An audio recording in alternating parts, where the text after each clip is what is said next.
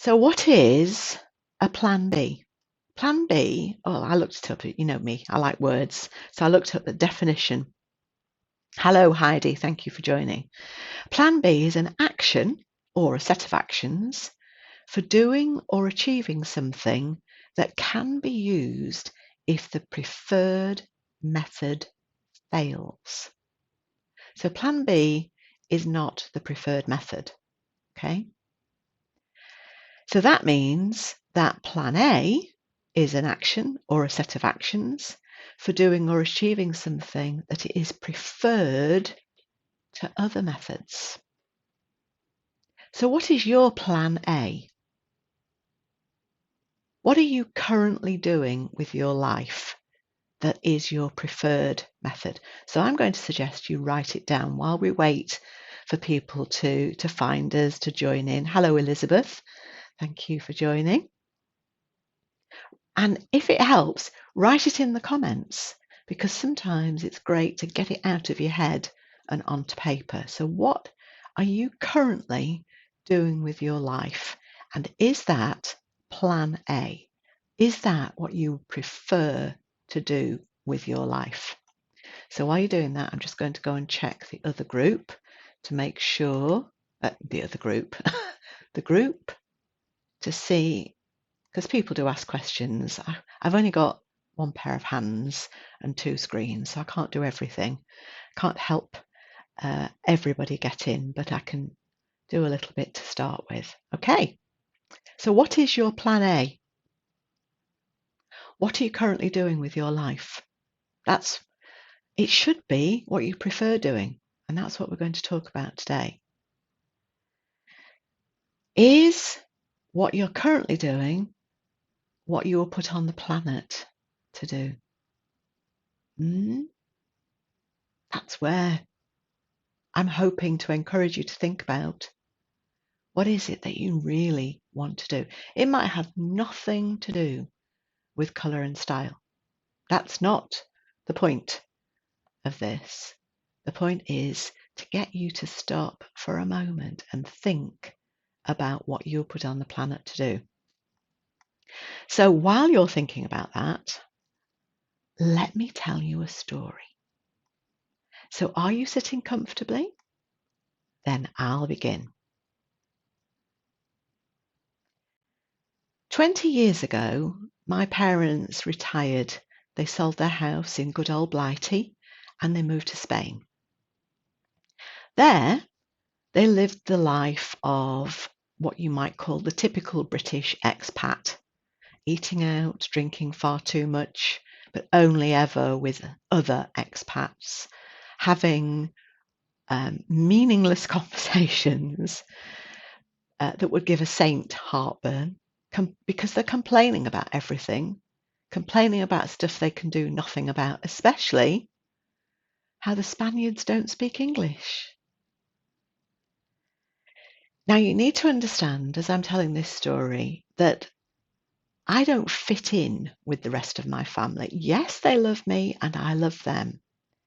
But I'm an introspective introvert and I love being by myself, reading a book, watching a movie, listening to music.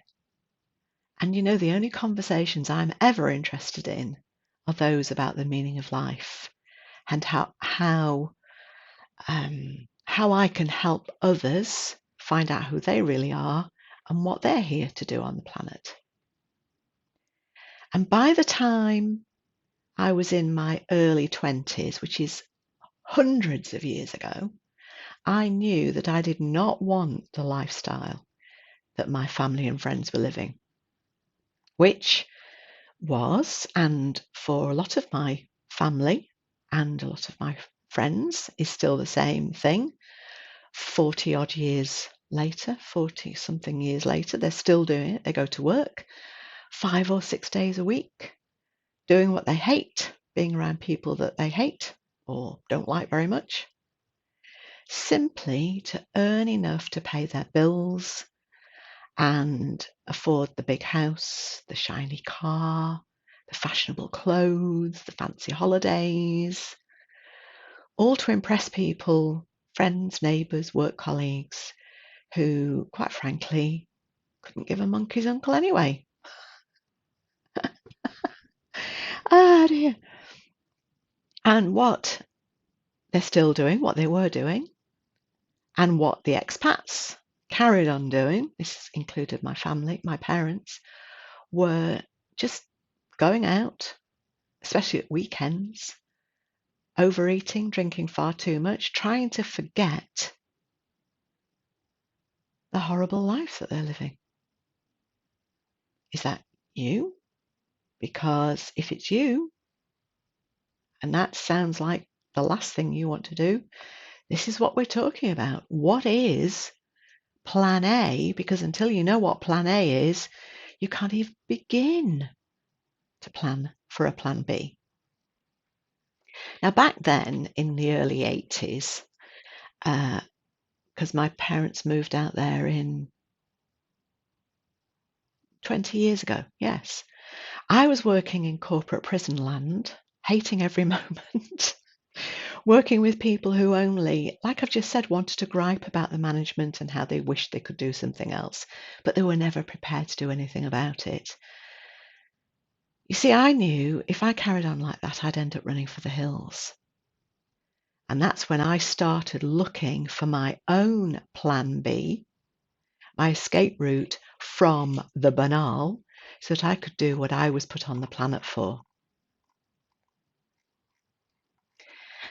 All right, so earlier this week, I posted on Facebook because it would have been my little mum's 86th birthday. And people have been really kind, remembering what a lady she was and how glamorous she was, and pointing out how much I look like her. It's quite frightening, but yes, I do. I also laugh in exactly the same way she used to. She was a lady. She really was, something I can only aspire to. But she did have this incredible laugh, and it was more of a guffaw, actually. And Neil will tell you that I actually snort just like she did.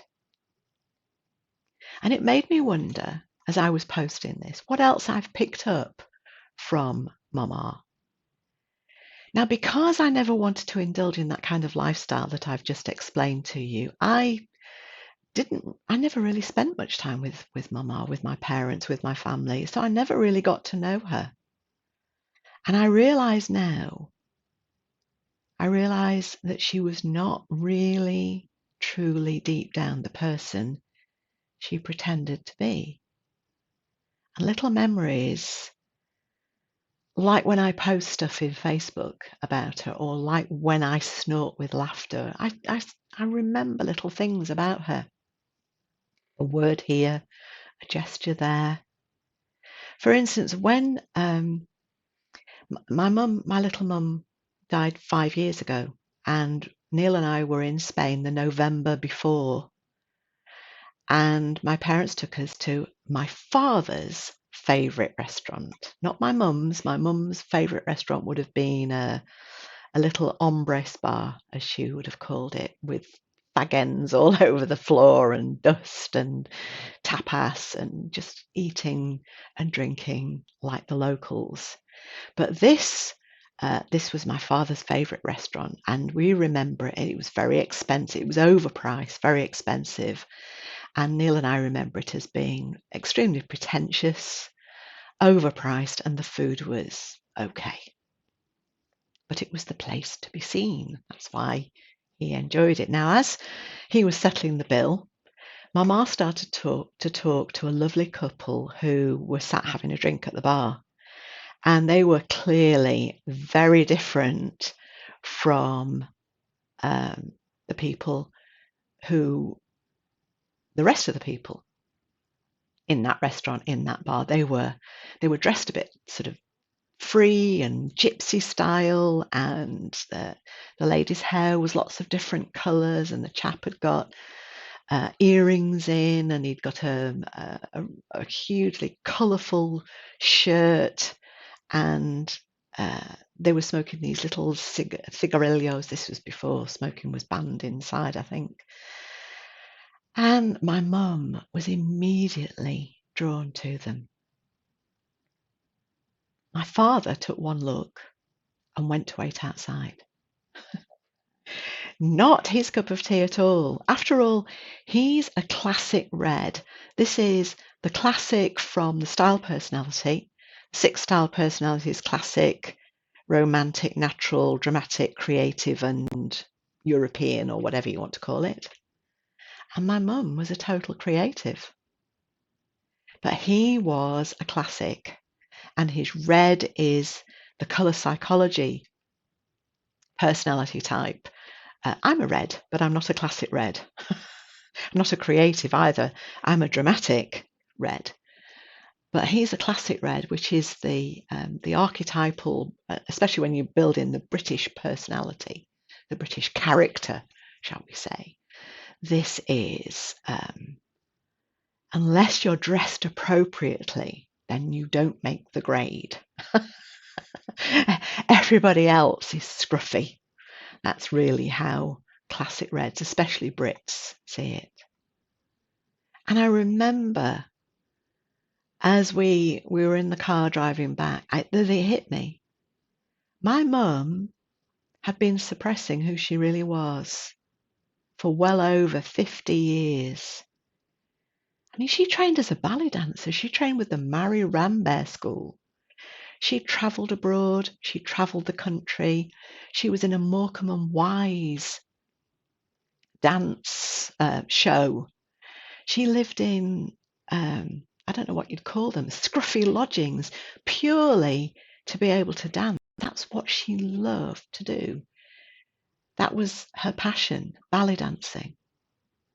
And she was a creative, a beautiful, wild, creative woman with a free gypsy spirit. And I had not seen it because I'd never spent time with her.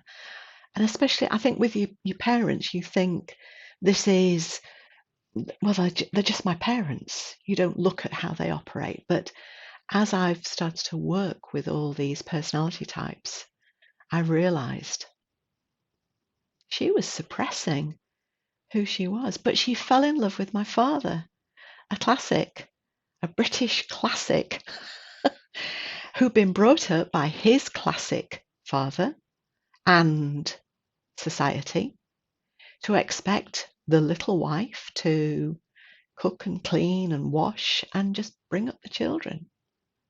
And that's what she did. But that wasn't what she was put on the planet for. It's all really clear now. She'd followed the norm and done what was expected of her. Now, don't forget, she was a product of her generation. I mean, she was born in 1932. So when, no, she wasn't. She was born in 34. I'm sorry. Papa was born in 32. She was born in 34. So when the war came, she was 5. When the war finished, she was 11. So she was brought up in the austerity years during the war and then rationing after the war, when people were taught, well, you have to be thankful for the little you've got. And it was just not done to want more. Maybe, I don't know, I should have had the conversation. Never did. I regret that. I will regret that forever, that I didn't sit down and talk it through with her. But she could have lived a very different life. But she didn't. She chose to live the life that made my father comfortable. And in doing so, she was a creative trying to live the life of a classic. And when you understand style personalities and when you understand the colour personalities, because they're different, that just doesn't compute. It just doesn't work. There has to be an internal struggle going on. And I can see now why she struggled with all the banality. And she used to sit, I can see her now, sat in Spain with all these English people who refused to speak Spanish. She spoke Spanish. I taught her Spanish thousands of years ago in a Spanish group. Um, she spoke Spanish. Everybody else refused to speak Spanish, and they went to the English restaurants. They went to and they talked about. Well, they complained and whinged and moaned, and you could see her going, "That's what I've inherited her from her. My total lack of respect for people who whinge and moan." And I can see it. She struggled with it. But I am ashamed to say I never noticed it until she'd gone. 5 years ago, she was taken ill. First time I've ever known my mum to be ill. She was taken ill on January the 6th, which in Spain is not the best night to see a doctor or go to hospital, because it's the festival of the Three Kings. We probably know it as Epiphany, but because Spain is mainly a Catholic country, she had to wait until the next day to go to the doctor, and then the doctor took one look at her and whisked her into hospital, and she never came home. 7 weeks later, she'd gone. 7 weeks. I still can't believe it, 5 years on. It was such a shock. This vibrant woman who had rushed around looking after her family, loved all her grandchildren, uh, she and loved to laugh. She'd gone in just 7 short weeks. Now, I believe she'd had enough. It was time to stop pretending, but she couldn't see any other way out. So she shuffled off this mortal coil. The reason I'm telling you this is none of us can predict whether we will wake up tomorrow morning. None of us can predict whether our mum will still be around tomorrow, our father, our children even. And of course, right now we've got this COVID nasty horridness going round that could whisk any of us away in the blink of an eye. I'm famous for saying life is too short for faff around. I don't say it because it's funny. I say it because it's flipping true. Because 5 years ago, it was brought home to me that my mum was just gone in 7 weeks. And my father kept saying, I can look after her. He used to travel to the hospital every day, spend all his time with her and travel back. And he was in his early 80s then, and it was wearing him out. And finally, he had the common sense to say to us, the 3 children, "Can you come and help?" And my sister went out first, and she was there, and she phoned, I can't remember what day it was, and she said, "You have to come now because she's got a few days." We're going out to help, look after her and bring her home. And then suddenly it was, she's going. And my brother and I flew out together. We don't know how that happened because Neil sorted it all out, my other half, because I'm the one who sorts practical things out, but I just could not believe this. And we flew out, we got to the hospital very late that night, and the 4 of us, my father, my sister, my brother, and me, we sat on chairs all night in that hospital room, which was shared with another patient. So we couldn't even stretch out on the other bed. We sat up all night with her. She was totally gone. She was already gone, really. They were just keeping her alive with morphine. And the next morning, absolutely lagged it down. And I remember my brother and my sister drove off to return my sister's hire car to the airport. And when they got back, my mum had gone.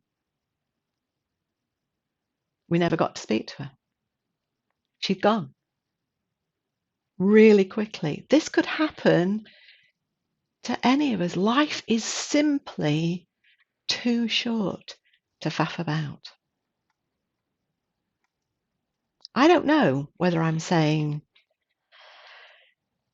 about my mum's life, what a waste. I'm still thinking it through because, after all, this was her choice. But I do wonder what else she could have done because of this wild gypsy spirit.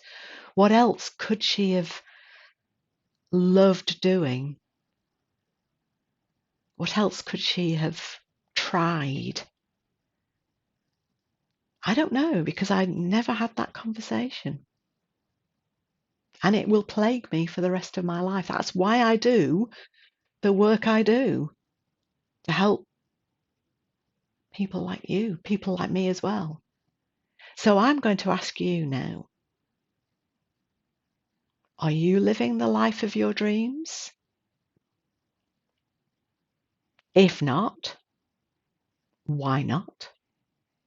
Are you living somebody else's life like my mum did? I can see that really clearly now, that she lived a life that made other people feel comfortable.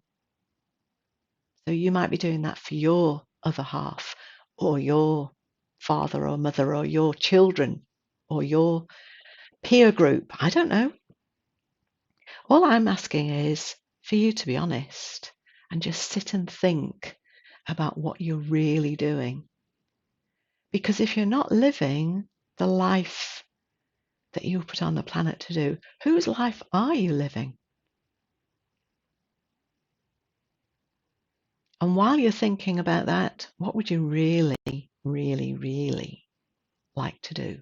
What would plan A be for you? How would you really prefer to live? Maybe right now you're stuck with plan less than delicious, and you've got a way to go to get to plan A. Some of you may even feeling that you're living with plan yucky poos and you hate it. I did, as you know. I was trying that life out, the corporate, horrible 9 to 5, going home and feeling I wasn't doing anything purposeful with my life. If that's you, whether it's plan yucky poos or plan less than delicious, what are you going to do about it? How much longer are you going to keep doing the stuff you don't want to do? What is your plan A? Maybe you might need to go and lie down in a darkened room after this and then write it down. But let me just give you a couple of for instances, because this is, let's relate this to colour and style, seeing as probably most of you are here because of my work with offering training courses for image, colour and style consultancies. So if you've already trained in colour and style, perhaps plan A for you is working with clients face to face. Maybe you really enjoy spending time with a client, having a cup of tea and maybe a fat sticky bun, chatting, getting to know her, using the drapes, talking about colour, fashion, wardrobe, etc. Even if you're thinking about studying to become a colour consultant or whatever you call it, maybe this is what you see as plan A, that you would love to do that. Do you want to type yes or no in the comments so that I can see if that's the type of thing you're interested in? Let me have a quick slurp of, it's only water, it'll be gin later.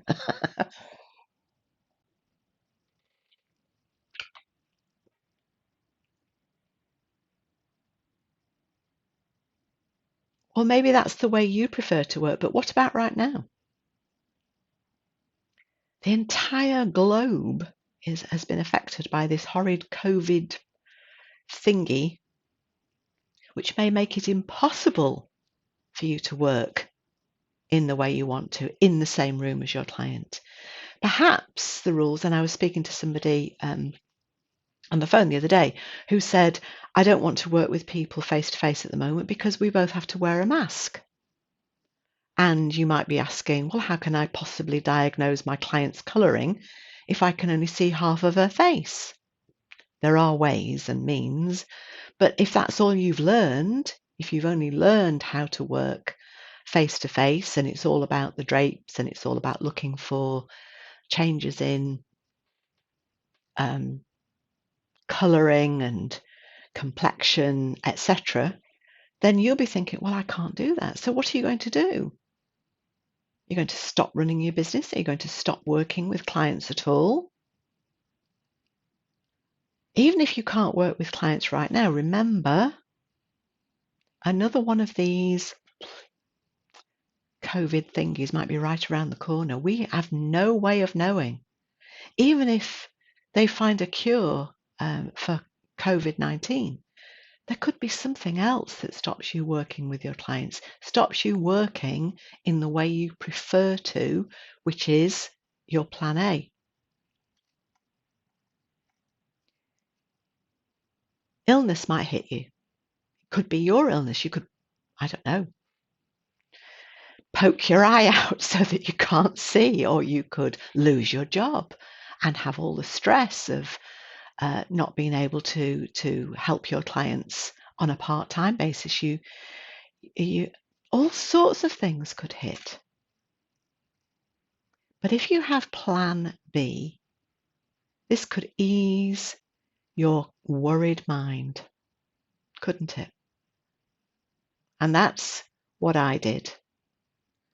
So when I was working in that corporate prison land where I thought, if I carry on like this, if I carry on doing what I hate, working with people who just don't inspire me, and it's purely to pay the mortgage, I started looking for plan B. I started looking around, and look at me now. Having plan B doesn't mean that you're willing to give up. I didn't give up what I was doing. I created plan B to run alongside what I was currently doing until I could confidently move from what I was doing into what then became plan A. You see, if you're forward thinking, you always need a plan B. All successful business owners have a plan B. They have to know what to do. They have to have considered what to do. They have to have created an alternative just in case something happens. Back in the days when I worked for the banks, I used to run the risk assessment for one of the big four banks in the UK. And that's what it is. It's risk assessment. It's what happens if. And none of us can say what's around the corner. None of us. So if you're looking for plan B, then one of the things you could do is, let me just look at my notes because I've written so many. You could expand your colour business, your existing face-to-face business, with an online alternative. You could find another job. You could start a business making something that the current crisis needs. The choices are endless, but you have to look at who you are and what really makes your heart sing, and not, please, not like my little mum, who was there living a life that suppressed who she really was. She wasn't doing what she really wanted to do. She worked, when I think of some of the jobs she had, I mean, they were so boring and she hated them, just so they could have a house. to impress other people that she couldn't give two monkeys about either. This was all to please somebody else. Please don't do that. Think about what you could do. So I'm going to just tell you now about my my wonderful new program that I wrote in response to the COVID-19 trauma, stress, incident, ongoing incident, because you could be offering your own upmarket version of a face-to-face colour analysis. And this will work for those clients who can't get to you right now.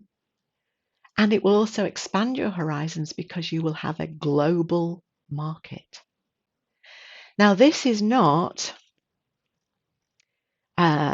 just some boring physical colour analysis that you've taken online. You know, the usual thing. Oh, send me a photograph, answer a couple of questions, and I'll send you back some generalised information about whether you're a spring, summer, autumn, or winter. Dear me, there's thousands of them out there doing that. This is not what I teach at all. This is about the difference. So as Katie said, I'm looking forward to this. She said, being a green colour personality and having a strong teacher-student archetype, I never stop wanting to learn. I personally never want to offer standard colour analysis online, as I just don't want to work from photos. You can almost hear the banality of that. I want to see my clients in the flesh, get to know them and what makes them tick. I'm so pleased you're offering something that can be taken online that isn't the bog standard analysis. This is about offering a life-changing colour personality experience, which when you can get back to working with your clients face-to-face, you might be able to do that right now. You'll be able to create this experience for them as well. And then in the future, you'll have choices. You'll be able to offer an online service to the world, and you'll be able to offer a very different service, a unique service to your existing clients. You'll be able to get in touch with those people who've already had their colours done with you in the flesh, as it were, and say, I've got a lot more to add. Let's take you through this colour personality experience where your client will get to understand who she is, because what we're combining is the physical colour, the spring, summer, autumn, or winter, or the 6 tones, whichever you want to work with. They're all the same thing anyway. Cool and warm, bright and muted, deep and light. We're combining the physical colour analysis with the psychological. We're looking at your client's personality. Because when you try and do an analysis of a flat 2-dimensional photograph, well, to my mind, it's really disrespectful, because that is not who your client is. She's a 5-dimensional, living, breathing human being who has emotions and feelings. How dare we ignore them? How dare we? And yet it's so beautiful to help your client discover who she is, more about what she's here on the planet to do. So you can start this same conversation with her. What are you doing right now, Flossie? You can say. Whose life are you living? You can get really deep into understanding who your client is, and you can help her look and feel good by helping her to dress for every occasion so that she can go out and change what's not working in her life. She can go out and get a better job or promotion. She can get better service wherever she goes. She can find a partner by changing the way she dresses to express who she really is, not just this flat physical lump of meat. That's not who we're dealing with. This isn't a bog standard, as Katie calls it, a bog standard colour analysis. Not at all. This is a colour personality experience. And even if you've never thought about going online before, we've written this program so that the very first module, you can learn all the technology, the sweet, simple, easy peasy technology that you need in the first module. You'll be able to take payments online. You'll be able to take online card payments using the simplest technology. You're probably already using it. You'll be able to find and book clients, and you'll be able to deliver the service in the way you want. You do not have to use webcam. Believe you me, you can do this by email if you want to. You can do this by telephone. You can do this by Zoom or Facebook Live or whatever. And everything you learn, you'll be able to take back into the face-to-face environment as well. So you'll be doing what you love without having to give up your business. So Sue said, I've just listened to session 1. Brilliant. I think this sort of service is just what I've always wanted to offer all along, but never knew. When you said it was colour personality with physical colour, that did it for me. I thought, yes. Forget about just offering something for this current situation. This is the future for me. Sue, like me, is an introvert. When she and I worked together, coaching, mentoring, we did it by email to start with because she did not want to talk via webcam. She didn't want to get on the phone either. So we did it by email. And then she learned, hopefully, to trust me. And now she can do the same for her clients. You do not have to use webcam. So in the first lesson, you'll learn all about the technology. In the second, you'll help your client discover her colour personality and what that means for her. In the third session, you'll use your existing colour analysis knowledge. This is for experienced colour consultants. I'm not teaching you basic colour analysis. If you want to learn seasonal and tonal colour, then you'll need my colour analysis training in a box program. This program, Colour Your Client Fabulous Online, teaches you how to take what you know already and to mix the physical and the psychological and put them together to create a unique profile of your client, to help her dress for every occasion, to help her discover who she is and what her plan A is, and if she needs a plan B too.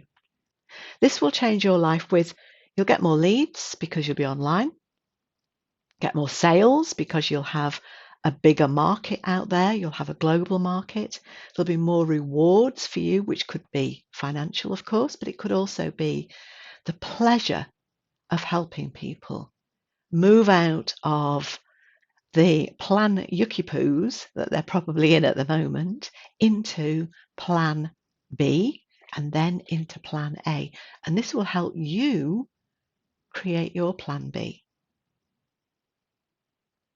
And in module 4 of Colour Your Client Online, I give you the full text of my own promotional marketing stuff. I'm not saying copy it because that's a bit stupid, but copy the outline, tweak it here and there, add your own voice and post it everywhere. Send emails to your existing clients if they've already had their colours done with you face to face or with somebody else. Then, as I said before, this will add a whole new dimension about who they really are. In module 2, you'll delve into how you and your client can easily discover her colour personality. I'm sure you'll I'm sure you'll want to discover your own first anyway, which is great. Red, blue, green, or yellow, and what that means. And if you're looking for new clients, then send out a newsletter or write a blog article or post madly on social media about how you're going to include all these different personality types. In module 3, as I said, you'll be looking at her physical colour characteristics using what you already know, but instead of trying to rely on photographs or what you can see, in module 3, I am going to give you a whole long list. What do you mean I'm going to? I do already. I've written it. I've presented it. There's a whole long list of other ways for you to work out what your client is without having to use drapes, without having to use photos, without having to use webcam. You see, I'm talking about different ways of learning about your client. I can get somebody on the telephone. I don't need to see people, and I can tell you what season they are. You can learn how to do the same. I'm not saying I'm teaching you all the nooks and crannies because I haven't got time in a short program like this, but it's an introduction to some of the profiling techniques that I use and I've used personally for years. And then in module 4, you put everything together. And it's how do you put it together? How do you create a profile? What do you present to your client? And all the different ways of connecting with her. Like I said, you could talk with her just by email, just by telephone. You can use webcam if you want. You can ask her to send photos if you want. You can ask her to do a questionnaire. There's loads of different ways of doing this so that you can do what you love doing. So you can create, maybe it's plan B to start with, because plan A is that you'd rather work with people face to face. But plan B, working with them online, will earn you money. And it will create rapport and relationships with a whole host of new clients. The world will be your oyster. Why order next week? Why not get it now? And you could be offering this fabulous online service within a matter of days. And you could be living plan B immediately. Plan B is the way forward. Every successful business owner has a plan B because you have to be prepared for when crisis hits.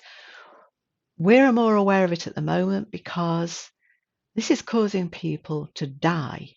Let's be real here. This is why we're taking a lot of notice of it, because people are actually dying.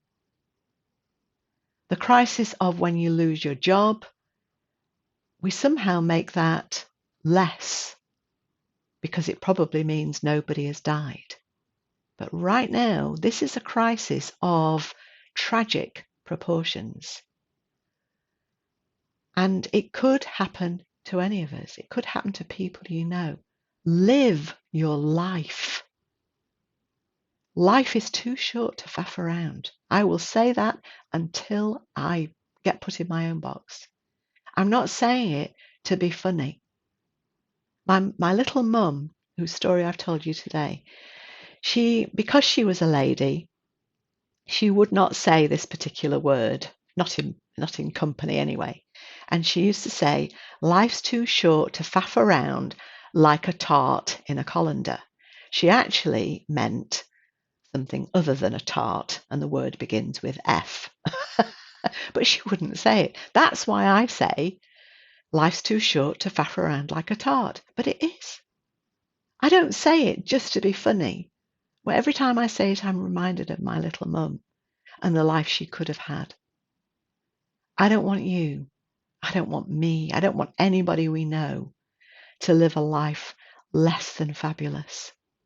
please, please, whatever it is you decide to do, whether it's buy this program or not, please start thinking about how you can move to plan B today and how plan B could become your plan A so that you're living the life of your dreams.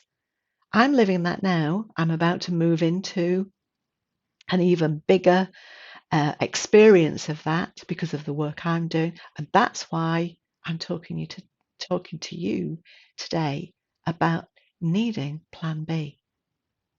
I want you to really enjoy, really, oh dear, really enjoy living your entire life the way you were meant to live it. Living the life of your essence. I've just posted it there. Living a life that reflects who you really are. Living a life that is not a suppression. Not living a life of pretense. Don't do that. Please. Life is simply too short. I wish you everything I wish for myself.